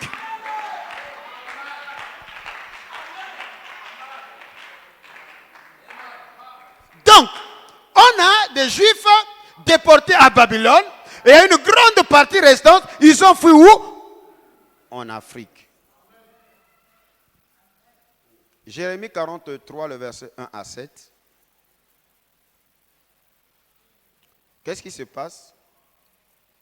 Après, les autres, pour régler ce problème, ont poursuivi Nathania pour le tuer lui aussi. Vous comprenez? Après, maintenant, celui qui a tué, on l'a tué. On fait quoi? Ils ont dit à Jérémie, Jérémie va prier pour que Dieu nous donne des orientations. Jérémie va prier pendant 10 jours. Il revient pour leur donner la réponse. Alléluia. Et que dit Jérémie? Restez au pays, ne fouillez pas. J'ai dit, ah, non. Ce n'est pas toi, Jérémie, qui parle. C'est Baruch qui t'a dit ça. Vous voulez nous livrer entre les mains des Chaldéens. Bon, même si c'était moi, j'aurais peur de rester. Vous comprenez la situation? Donc, il fallait avoir la foi. Lorsque Jérémie eut achevé de dire tout ce que le peuple, à tout le peuple, les paroles de l'Éternel, leur Dieu, toutes ces paroles que l'Éternel, leur Dieu, avait chargé de leur dire. Azaria, fils d'Osée, Shakana, fils de Kérash, et tous les hommes orgueilleux dirent à Jérémie, tu dis un mensonge. L'Éternel, notre Dieu, ne t'a point chargé de nous dire, n'allez pas en Égypte pour y demeurer. Quelqu'un peut dire amen à cela? Donc, Jérémie les avait dit, ne partez pas en Égypte, Dieu veut que vous restez ici au pays de Canaan. C'est-à-dire en Judée. Ah, Jérémie, le gars a laissé Guédélia avec les Chaldéens et les Juifs. Parce qu'il n'y a plus de roi, il n'y a que des gouverneurs. Netanya a tué Guédélia et les Juifs qui le gardaient et les Chaldéens. Mais Nabouzaradan va venir, il va exterminer. Cette fois-ci, ça sera le temple n'est plus, il n'y a que nous, on va nous tuer. Et puis toi, tu nous dis de rester ici en Palestine. Ah non, Dieu ne peut pas dire des choses comme ça. Alléluia.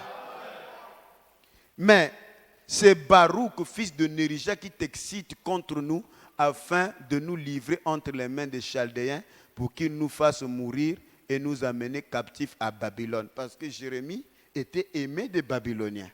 Et Nebuchadnezzar le respectait. Il dit non, non, non. Ça, c'est Baruch.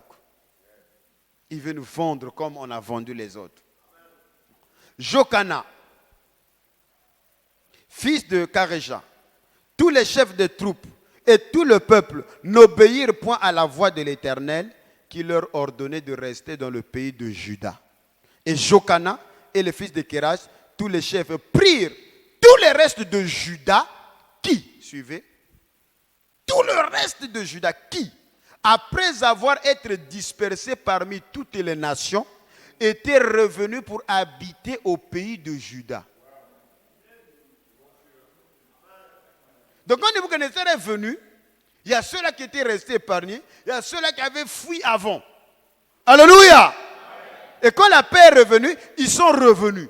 Et quand on a tué Guédélia, il dit, mais ce n'est pas possible. Qu'est-ce qu'on va faire? Qui étaient revenus pour habiter dans le pays de Juda. Les hommes et les femmes, les enfants, les filles du roi, toutes les personnes que Nebuzaradan, chef de la garde, avait laissées avec Guédélia, fils d'Achikam, fils de Shaphan, et aussi Jérémie le prophète et Baruch, fils de Nérija.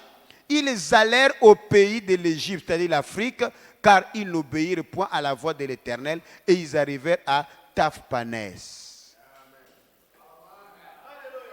Est-ce qu'on peut acclamer le Seigneur?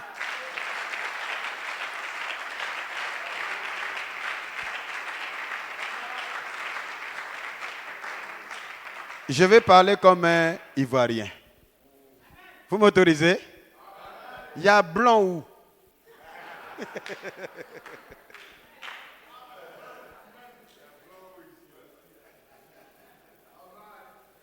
Alors, à moins qu'on ne croit pas en la Bible comme étant la parole de Dieu. Donc, bibliquement parle. Donc, Jérémie, Baruch, et même les fils et les filles des rois, ils sont tous venus où? En Afrique. Donc, en Afrique, il y a des lignées de David.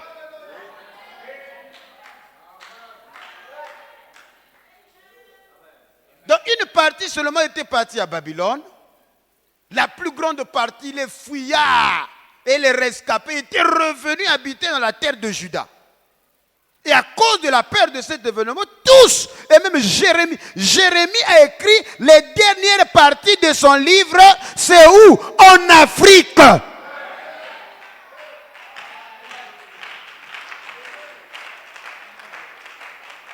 Les prophéties majeures de Jérémie, il les a prononcées où? En terre africaine.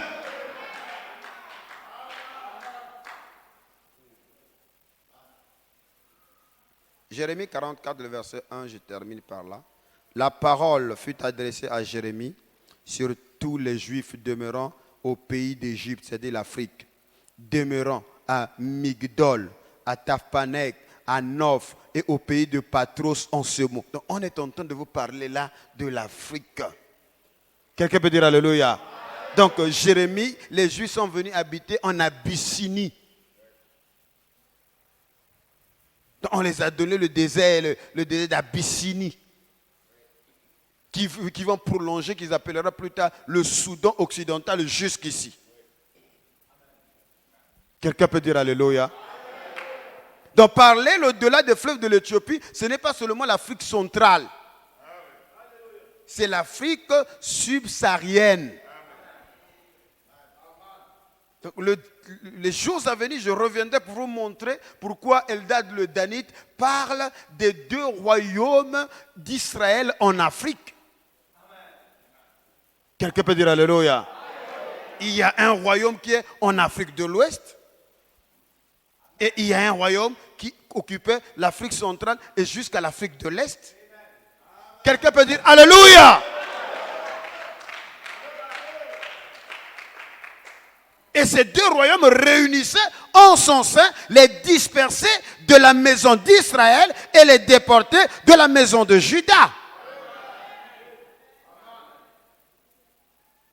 Voilà que nous allons faire des projections des cartes pour voir comment Israël était bien installé en Afrique. Alléluia! Et les Européens ne savaient pas ce secret. Lesquels qui ont trahi ce secret? Ce sont les morts. Les vrais Arabes. Lorsqu'ils étaient en guerre avec les Européens, c'était au sujet de la Palestine. Quelqu'un dit Alléluia. Et il y a eu arrêt parce que les gens disent, mais pourquoi vous cherchez seulement la Palestine?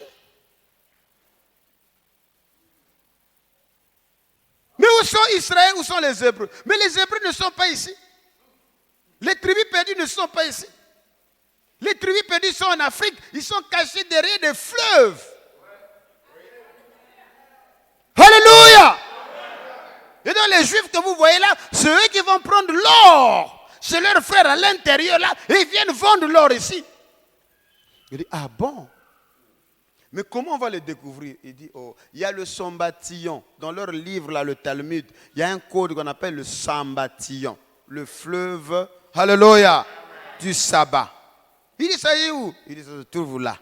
Il dit, où? On connaît seulement le Nil. L'Angers, seulement le long du Nil. Quand vous allez trouver l'embouchure de l'île, vous allez encore pousser quelque part, vous allez trouver l'embouchure d'un autre fleuve. Ce n'était pas appelé le fleuve Congo. Dans le Talmud, ça s'appelle le Sambatillon. Quelqu'un peut dire Alléluia. Quelqu'un peut dire Alléluia. Ça se trouve là. Bon, les Samba se trouvent où? Nous avons notre ami qui est à Brazzaville, qui s'appelle Samba.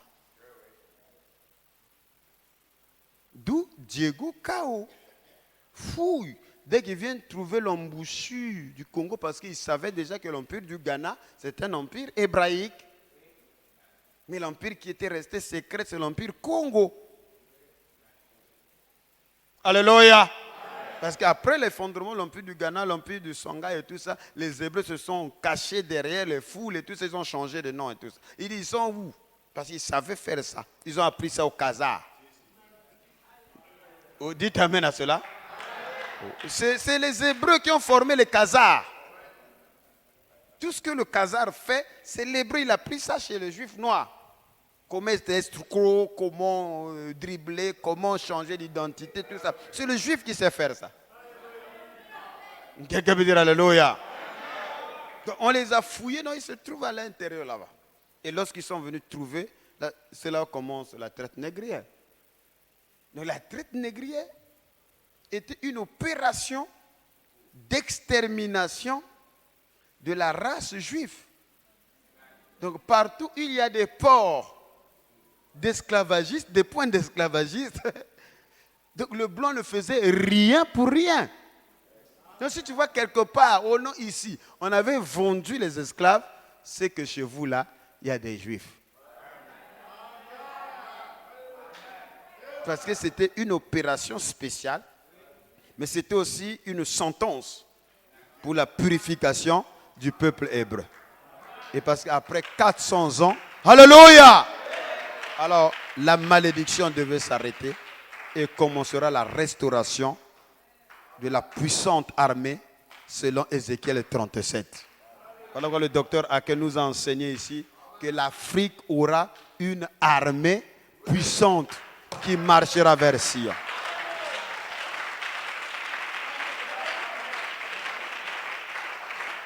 Alors, s'il vous plaît, il n'est pas fou. C'est même un héros. Voilà pourquoi je l'aime beaucoup. Parce que ce n'est pas facile. Quelqu'un peut dire Alléluia. De monter du haut de la chair, surtout dans le message. Dire que le Dieu au ciel, dans sa forme humanoïde, en tant que l'ange de l'Éternel, il est noir.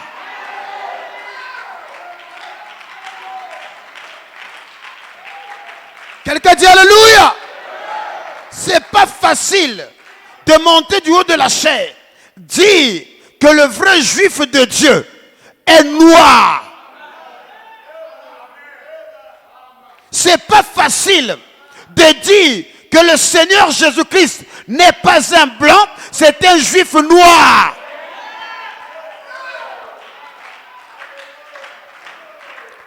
Il faut avoir l'âme d'un vainqueur. Et nous bénissons le nom du Seigneur. Ce soir, nous avions compris que ce soit la maison d'Israël, que ce soit la maison de Juda, tous, après les déportations, ils ont fui en Afrique. Ceux qui sont allés en Assyrie et les autres qui sont allés à Babylone, nous viendrons traiter ces questions-là le vendredi. Que le Seigneur Jésus-Christ vous bénisse richement.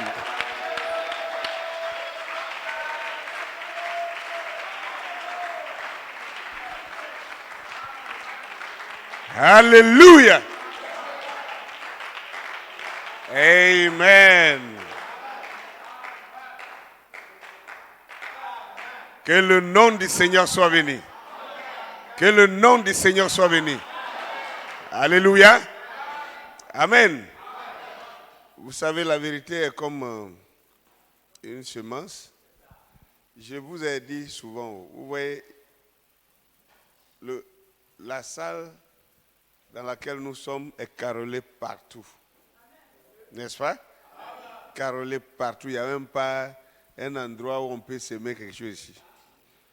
Même si ce bâtiment-là fait 300 ans ici, 400 ans ici, le jour où on va abandonner ce bâtiment-là, hein?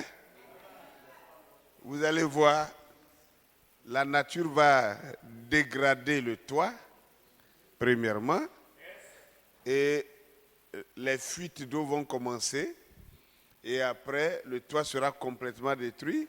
La pluie va tomber sur le carreau ici, tomber sur le carreau année après année, jusqu'à... Vous serez surpris de voir des semences qui vont pousser depuis en bas là-bas et qui vont pousser le carreau. Or, avant de poser le carreau, on a mis du béton. On a tissé du fer ici partout dans la salle et puis on a mis du béton. Et on a posé le carreau. Mais les semences, petites soient-elles, très petites, souvent même invisibles à l'œil, les semences là vont pousser ici, vont pousser les fers là, pousser le béton, pousser les carreaux, déformer tout et sortir. Et ça va devenir des arbres. Vous comprenez ce que ça veut dire? Ça veut dire que la vérité là, vous l'avez enfermée dans marmito, vous l'avez mis en bas de rocher, vous l'avez mis, je ne sais pas où vous allez le mettre, et puis elle va rester là et pourrir. La vérité ne pourrit jamais. Amen. La vérité ne meurt jamais. Parce que la vérité, c'est Dieu. Hein? Tout ce qui est vrai, c'est Dieu. C'est ça la vérité. Elle ne meurt pas. Amen. Mais si ça là, si vous prenez un idiot ou un ignorant, vous commencez à discuter avec lui ici, celui qui comprend ce que je viens d'expliquer dira que non, il y a des semences en bas qui pousser. L'insensé dira quoi? Il dit mais tu es fou. Il dit tu es malade, comme on a l'habitude de le dire à Abidjan. Il dit tu es malade. Pour me dire des bêtises comme ça. C'est quelle semence qui peut pousser ici? Mais tu n'es pas intelligent. Si tu étais intelligent, tu saurais que quel que soit le nombre d'années, si on laisse l'eau descendre ici, l'eau seulement, hein, ça va descendre, ça va descendre. L'eau va trouver des fissures dans le carreau ici. pour passer. Et l'eau va rencontrer des semences en bas. Et les semences vont germer et vont trouver le chemin pour sortir ici. Alléluia. Amen. Amen. Alléluia. Gloire à Dieu.